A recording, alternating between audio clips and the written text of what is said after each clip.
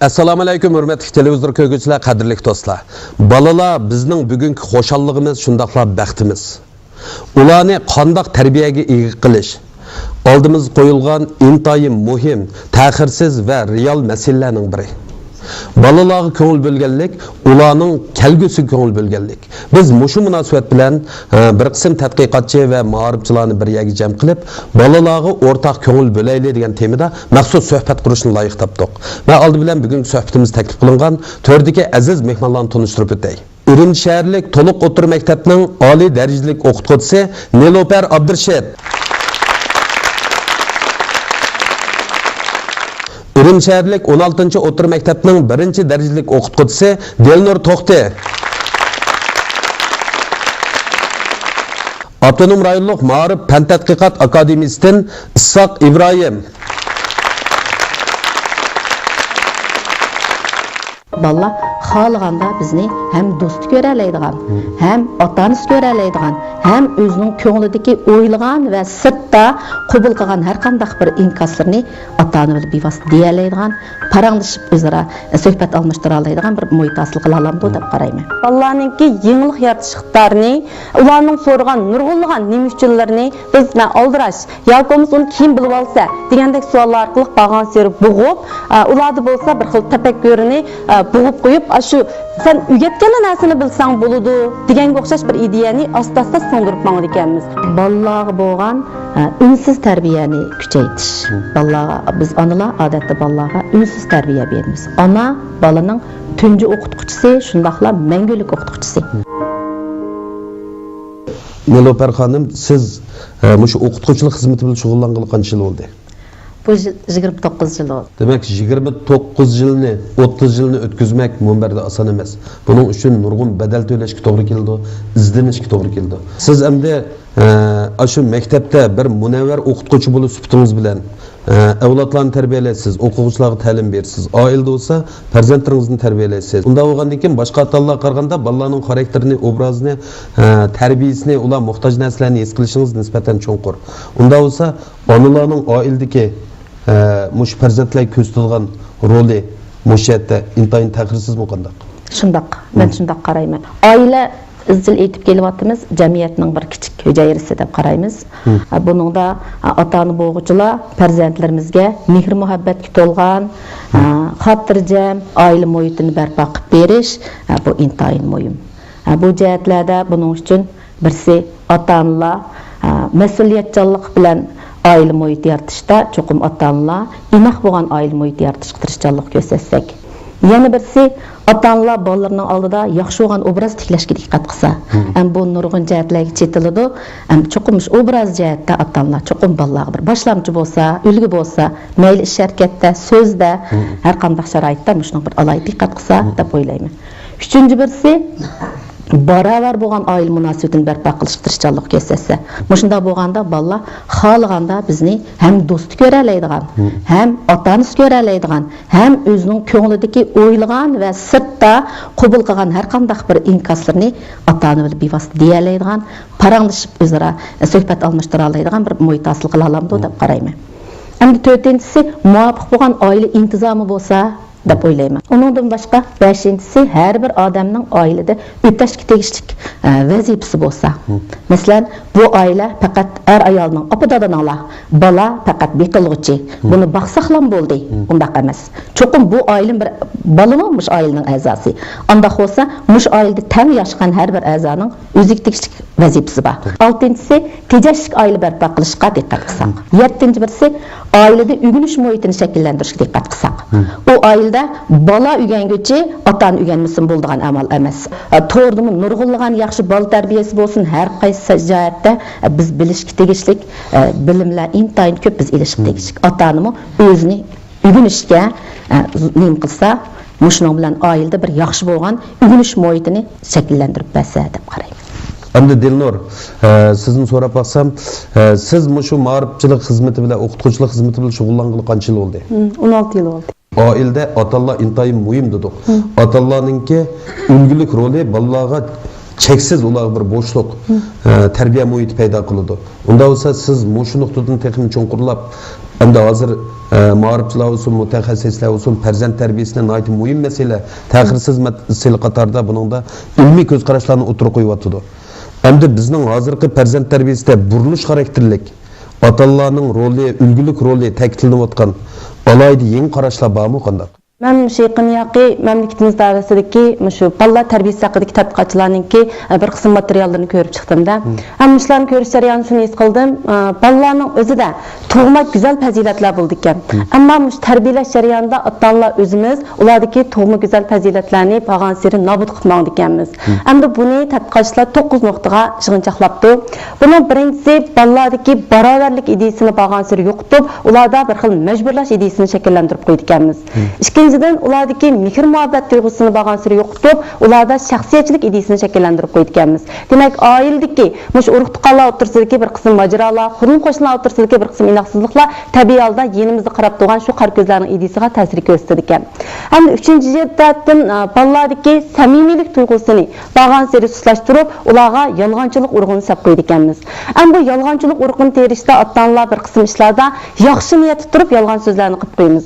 Mayli yaxshi niyat bo'lsin, yolg'on niyat hamda u saxta yoki bo'lmasa yomon niyat bo'lsin, u aman yolg'onchilik qilgandan keyin balalarda bir qism ishlarni yolg'onchilik qilsam bo'ldi ekan deydigan ideya kichikdan boshlab shakllanishga boshlaydi ekan. Bu oxir berib cho'ng yolg'onchilikni shakllantirdi ekan. Hamda 4-dan tavakkülchilik ideyasini suslashtirib, ularda qo'rqinchoqlik urug'ini shakllantirib qo'ydi ekanmiz. Hamda 5-si balalardagi intizomchanlik qarshini suslashtirib, balalarda qonunga rioya qilmaslik urug'ini chechib qo'ydi ekanmiz. Hamda buningda eng oddiysi balalarimizga yaslidan tatib, kichikdan tatib, yo'lda qizil chiroqda yoki yeşil chiroqda mush chiroqlarga diqqat qilib yo'lda o'tish tarbiyasini berib mangdi. Ammo biz cho'nglar yo'ldan shularni yutlab mangan vaqtimizda oldirash degani bana qilib yo'ldan biz yutlab mangan chog'da kesib o'tib ekanmiz. Demak, bu balalar kichikdan boshlab shaxsiy manfaatimiz uchun ba'zi zarurat topilganda qonun ijrochilari ko'mgan ahvolda men uni rioya qilmasam bo'ldi ekan deydigan qarashni shakllantirib qo'ydi ekan. Shuning bilan bu kichikdan cho'nglab oxirgi hisobda cho'ngroq qonunlarga xiloflik qilib jinoyat yo'liga mangdigan ahvol shakllanadi ekan. Endi 6-si balalardagi tabiatni suyish qizg'inligini bag'an siri suslashtirib, ularda buzg'unchilik ideyasini shakllantirganmiz. Masalan, bir qismi gullarni o'zimiz uzib beramiz balalarga. Endi 7-bir jihatdan balalarningki yangilik yaratish ixtiyorini, ularning so'ragan nurg'unlagan nima uchunlarini biz oldirash yoki uni kim bilib olsa degandek savollar orqali bag'an siri bug'ib, ularda bo'lsa bir xil tafakkurini bug'ib qo'yib, shu sen uyatgan narsani bilsang bo'ladi deganga o'xshash bir ideyani asta-asta so'ndirib mangdi ekanmiz. Shuning bilan balalardagi qizg'inlik, yangilik yaratish ro'yi suslab mangdi ekan bundan. Endi 8-dan boshqalardan faxrlanish ideyasini balalardagi bag'an sir suslashtirib, ularga hasad urug'ini chechib qo'ydi ekanmiz. Masalan, balalar saboqdoshlaridan "Falonchi do'stim pek yaxshi o'qiydi, sinf bo'yicha birinchi bo'ldi" deb shunchalik bir xil faxrlanib kelgan chog'da "Sen unchalik bo'lolmadingmi? Yoki bo'lmasa bundan keyin maqitim qimtan sen cho'qim shuni oldiga o'tib ketgin" degan gaplar orqali ularda bir xil faxrlanishni do'stidan, ham uning bir xil uning oldiga o'tmagandan keyin bag'an sir hasad qilish, uningga chidamaslik shakllanib qoldi ekan. Demak, buning urug'ini yana biz teriydi ekanmiz.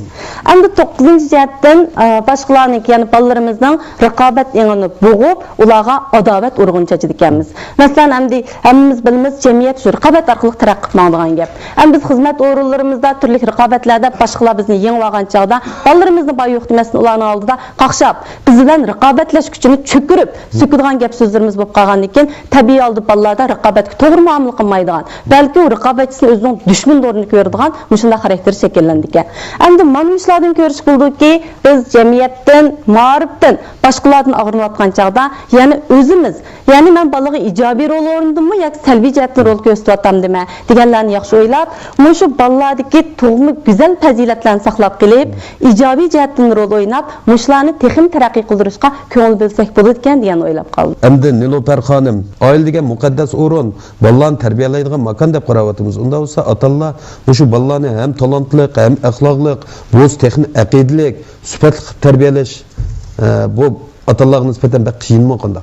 Olim bo'lguncha odam bo'l deydigan bir tamsil bor. Farzandlarimizni shunday tarbiyalashda oilalarda meningcha onalarning roli intayin cho'ng deb qaradim. Masalan, buni men yana tövandagi bir necha nuqtaga yig'incha qildim. Birinchisi balalarga bo'lgan unsiz tarbiyani kuchaytirish. Balalarga biz onalar odatda balalarga unsiz tarbiya beramiz. Ona balaning tunji o'qituvchisi, shundaqla mangulik o'qituvchisi. Ikkinchidan, bolalarga urf-odat tarbiyasini kuchaytirishimiz kerak ekan.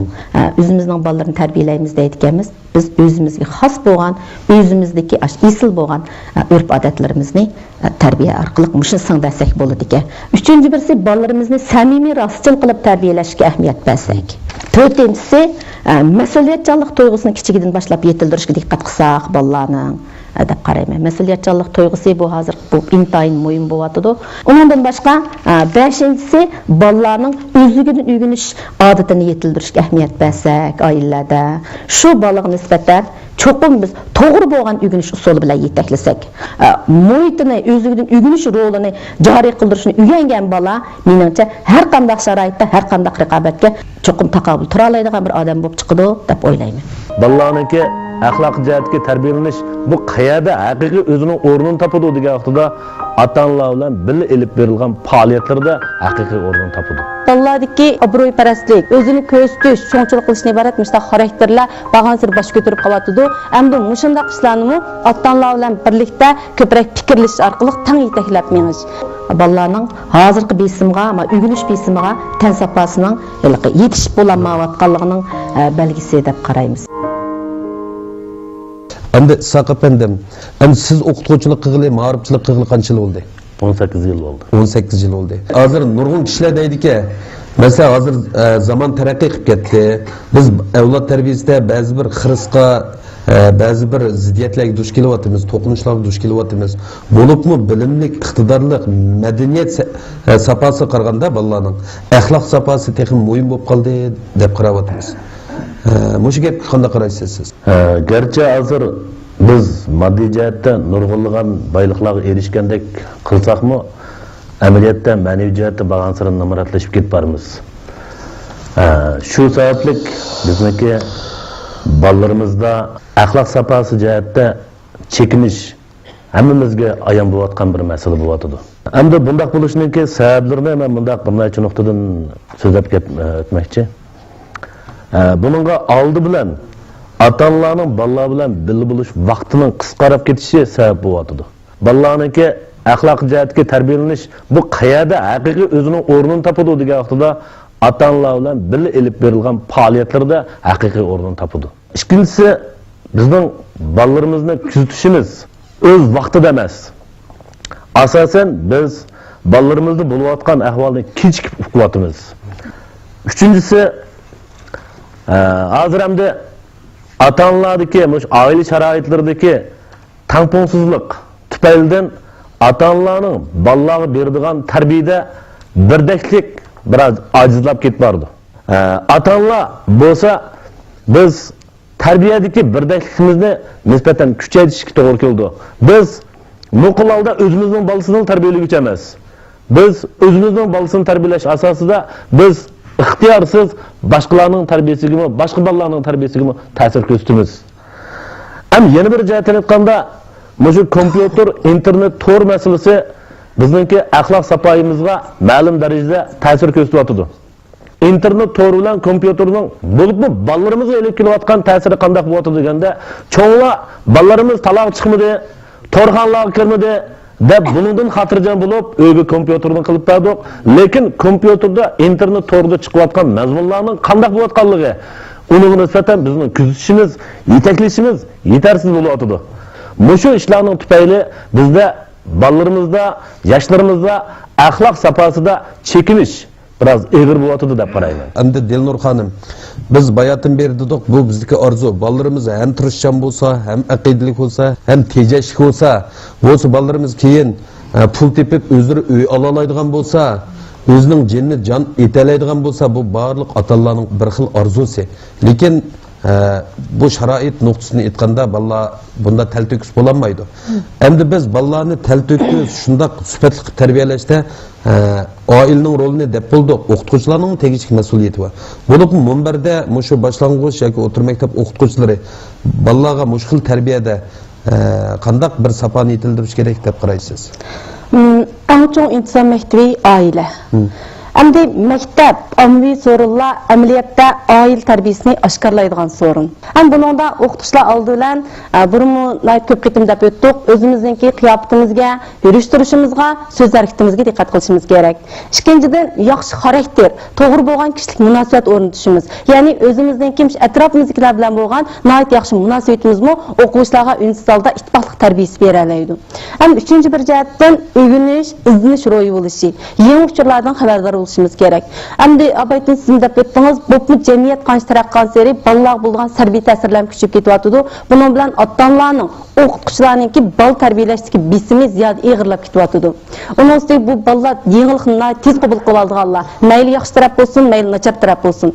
Endi shularni ayirib ko'rsatish uchun bizmi cho'qim shu uchurlardan xabardor bo'lishimiz kerak. Anondan keyin bolalar bizga bir xil qoyil bo'lish pozitsiyasida bo'ldi-da, ular bilganini biz bilmay qolsak, demak ularning nihoyat asalini nazardan tushib qoldik ekanmiz. Uning ustiga hozir bal tarbiyasida o'qituvchi o'zining kasbini o'rganib qolmasdan bir qonun bilimlarini egallash kerak ekan. Anondan keyin bag'an seri psixik sog'lomlik masalasini jamiyatga muhim masala bo'lib bordi. Psixik bilimlarini egallashimiz kerak ekan.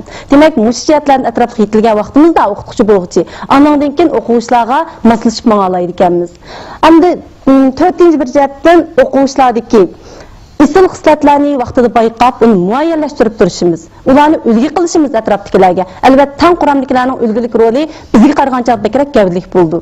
Anondan keyin ularda ko'rilgan yetersizliklarni vaqtida bayqab, uni oiladagi ota-onalar bilan birlikda hamkorlashib dal vaqtida hal qilib berishimiz kerak. Chunki bolaninki nurg'un vaqti, mundaqcha aytgancha biz bilan jiqroq o'tadigan bo'lib qoldi hozir. Unda qo'ygandan keyin ota-onalar uyda his qila olmaydigan nurg'un taraflarni biz his qila olamiz. Savodashlar orqali bila olamiz. Hatta bir qism yetersizlikni deb bilsak, ota-onalarni qabul qila olmay qoladi. Chunki ota-ona oldida bola tarafini oshkorlamagan. Demak, shunday bo'lgandan keyin biz bu jihatga sezgurligimizni bakrak o'stirishimiz kerak. Ondan 5-chi bir jihatdan ixtisoschilik tarbiyasini berishimiz, ham uni o'zimizdan bosishimiz kerak ekan. Endi 6-chi bir jihatdan qiyinchiligi borlarga yordam berishga yetaklash, qurbi yetganicha. 7-chi bir jihatdan abaytimi deb o'tdim, darsliklarimizda bu ideya siyosat darsimiz, adabiyot darsimizdan mazmunlar mo'llashib ketdi. Demak, har bir soatlik darsimizda masalda tarbiyani birlashtirib berishimiz. Ham 8-dan bolalardagi obro'yparastlik, o'zini ko'rsatish, cho'ngchilik qilishni iborat mushtaq xarakterlar bag'ansir bosh ko'tarib qolyapti. Hamda mushundaq ishlarni ota-onalar bilan birlikda ko'proq fikrlash orqali tang yetaklab menish. Hamda oxirida maktablarningki radio uzunlari bor, anondagi maktab turli shakldagi faoliyatlar bor. Mushu faoliyatlar shakllari orqali mushu axloq, adab axloq, sharmoyalik bo'lish tarbiyasini kuchaytirishimiz kerak ekan. Endi Nilofar xonim, bugungi bolalarni biz aqliy jihatdan, madaniyat jihatdan bularni yetaklayapmiz. Nurg'un narsalarni biz bularga taqdim qilyapmiz. Ammo aqliy jihatdan bolalar taraqqiy qilmaydi. Bo'lib jismoniy jihatdan bu bolalar sog'lom bir tan olish kerak. Bunda olgandan keyin sog'lom tanda sop aql deydigan gap bor. Bularning sog'lomligini oshirishda maktablarda qanday ishlarni qilsak bo'ladi? To'liq ishga dars beryapman. To'liq ishning o'quvchilarida attaganda 1-soat dars kirgandilar, bolalarda charchashni ko'ramiz. Bolalarning hozirgi besimga, ama o'rganish besimiga tan sopasining yetishib bo'lmayotganligining belgisi deb qaraymiz. Endi mushundaq sharoit hozir bizning ma'rif o'rinlarimiz mush bolalarning tan sopasi haqida ham nurg'unlagan yaxshi belgilamalari chiqadi. Masalan, bizning maktabimiz bu yil to'liq ishlangan bolalardan men shuni misol olsam, qishda odatda ma'lum gimnastika deymiz. Tanaffus, bu cho'ng tanaffusimiz bor, 2 soat darsdan keyin. Mushu vaqtda qishda gimnastika o'ynamaydi. Bolalarni qishda nihoyat yaxshi muzika qo'yib berib, bolalarni sinf bo'yicha yugurtyapmiz. Demak, hozir quyoshdan tarbiyasi deydigan bir tantarbiya turi yo'lga qo'yildi. Mushunda demak, mush oddiy bir narsaning o'zimi, demak, har xil o'xshamagan usullar orqali burunqi bizning qatmal bo'lgan o'rganish, o'qitish andezimizni buzib, bolalarning zot qanday qilganda tan sopasini yetildirish uchun qanday ishlarni qilishimiz kerak, mush haqda umuman bir izlanish bo'lyapti. Masalan, tantarbiya darsliklarimizning tanlanma darsliklarimiz shaklida nurg'un turlar qo'shildi. Her xil təntarbiyə türlərdən, nəzəriyyə cəhətdən, həm şundaqla əməliyyat cəhətdən, əməli dərslər bilən ballarımızın tən safhası üçün bir qancha şundaq bolmagan fəaliyyətlərini elib beriyatmız. Əmma məktəblərdən başqa mənim his qilishimda ballarımızğa nisbətən şu tən safhasında ailədəmi ballarımız tən safhasına bəkərək köngül bölsək deyə qarayman. Tən safhasına köngül bölüşdə birisi hazır ailələrinin həqiqətən ballarımızın ki yeməkligiga ilmi ozuqlandırışda həqiqətən ailələr hazır bununla köngül bölüyatıdı. Həm bununla menimcə davamlıq köngül bölüb menişqə tegishlik ilmi ozuqlanışqa çoxum diqqət qılsaq bopmu, puttırdıgan, yaşqı çoğ bolğan, ögünüş vəzifəsi ağır bolğan, əxli əmgək bilan köprək şug'ullanayotgan, əxli iqtidarcı qorawatgan şundaq ballarga nisbatan, to'liq uchtiki ballarga nisbatan çoxum shu ilmi ozuqlanishni ota-onalar çoxum yaxshi yo'l qo'ysa. Birə özü qiziqadigan təntarbiyə türüdən balının ki tən safhasını aşırdıgan bir işini qılsa. Əgər onda halətini şəkilləndirəməy qalsa, bolsa ota-onalar özümüz ülgü olub, ballar bilan billə ya ətigəndə ya kəşdə yügürsək, mana muşunda ballarımızdı kiçigidən tatib muştaq çiniqadigan bir adətni şəkilləndirib mansaq, ota-onalar muş cəhətdə ballarımızı boz ülgü olub bəsək, analar aldırab çıxıb olanmaydı ikimiz öydən bopmu ətigənləri. Dadalar bolsa muş cəhətdə ballarımızı çeyniqishqa bilib bilmay o'yin shaklida yetaklab mansaq menimcha mushuningmi maktab bilan birga qo'shilib bolaning tan safhasini o'stirish jihatda tegishli foydasi bo'lamdi deb o'ylayman. Farzand tarbiyalashdagi oltin ochqich, ona qobil tarbiyachi, anandan o'g'limga qoldirilgan 66 nasihat, qizlarga 100 nasihat, o'g'illarga 100 nasihat degan iborat kitoblar hozir chiqyotdi. Amaliyotda bolaning tafakkuri, normal tafakkuri nimaga taraqqiy qildi degan vaqtida izlanishdan, savol qo'yishdan taraqqiy qildi. Endi Dilnur, bolalar odatda oila va maktabda faoliyat qilmasdan balki jamiyatdan faoliyat qildi. Ular oilaning bu so'g'isdan chiqdi, maktabga bordi, maktabdan qaytdi, jamiyat turli tuman iziqtirish kuchi nihoyat kuchli bo'lgan jamiyatning turli hodisalari bilan bevosita yoki vositalik uchrashidi. Unda bo'lgandan keyin jamiyat a'zolarining bolalarning yomon ish qilsa bolalarni yomonliklardan to'sish, yaxshi ishlarga da'vat qilish majburiyati bormi qanday? Bolalarni qo'g'daydigan 4 omil bor. Birisi qonun, ikkinchisi maktab, uchinchisi oila, to'rtinchisi jamiyat. Abaydan maktabning oilaning roli haqida yaxshi so'zlashdik. Ham buningdan oilaning rolida meni qo'shib qo'ygan ikki gapim bor. Birisi hozir ma ustozimizmi deb o'tdi. Demak, shu ota-onalarda bilim egalarini, ustozlarni hurmatlash tarbiyasini bolalarga o'rgatish tarbiyani kuchaytirish kerak.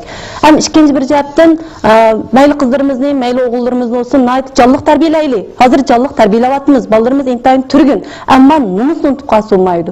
Demak, jonliqlik, turgunlik bek chekdan ishib ketib qolsa, sal bu salbiy jihatdan rol o'ynab qo'ydikka, ba'zi bolalarimizning qiliqligi ularga nisbatan bir xil moda, nihoyat turgunligi, lekin bu ko'zimizga sig'maydigan har taraflar nihoyat ko'p.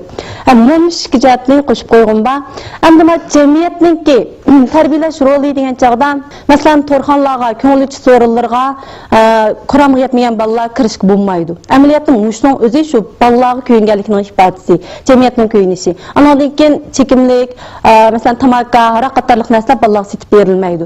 Mushuning o'zini jamiyatning ko'ngil bo'lgani.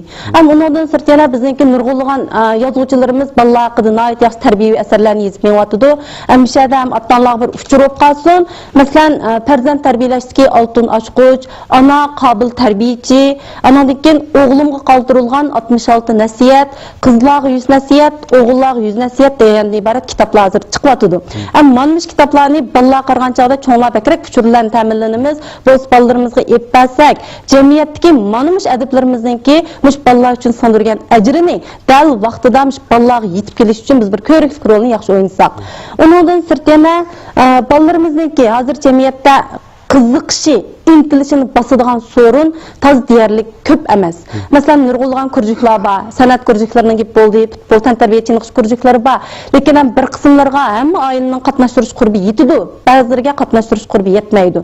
Bo'lsa jamiyat mushunga o'xshash bolalarning qiziqishini qondiradigan shundoq sorunlarni ko'proq hozirlab bersa, abaytin deganga o'xshash bolalarningki to'rning ichiga kirib ketib qoldigan, yoki yagona holatda o'zilam o'ynaydigan, masalan, buruqtumliq, o'zining bir xil boshqalar ifodalamaydigan kishilik munosabatdan sal chekinib ketib qolgan majiyatlarni to'shqizib olishimizga yordam tegadi.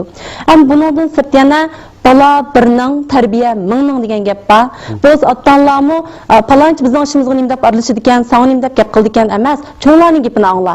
Demak, sendan cho'nglarni hurmatla degan tarbiyani kuchaysak, hammamizmi ko'chalarda ko'ramiz, avtobuslarda ko'ramiz, bir qism bolalarimizning sal adabdan chiqib ketgan qiliqlar doim yo'l qilib turdi. Mustaq chog'larda ko'zimizni yumbanmasdan, balki bo'lsa hammamiz bir xil shularga shu nachar illatini tarbiyalab, tuzitib, dal vaqtida shuning bir gap qilib tursak, hammamiz mustaq tang harakat qilsak, menimcha bolalarni o'zini cho'qim cho'nglarning oldida ayminib, o'zining adab axloqiga qaytib, texmi yaxshi bir sog'lom jamiyat qurib chiqib bo'larmidi deb o'ylayman. Saq efendim.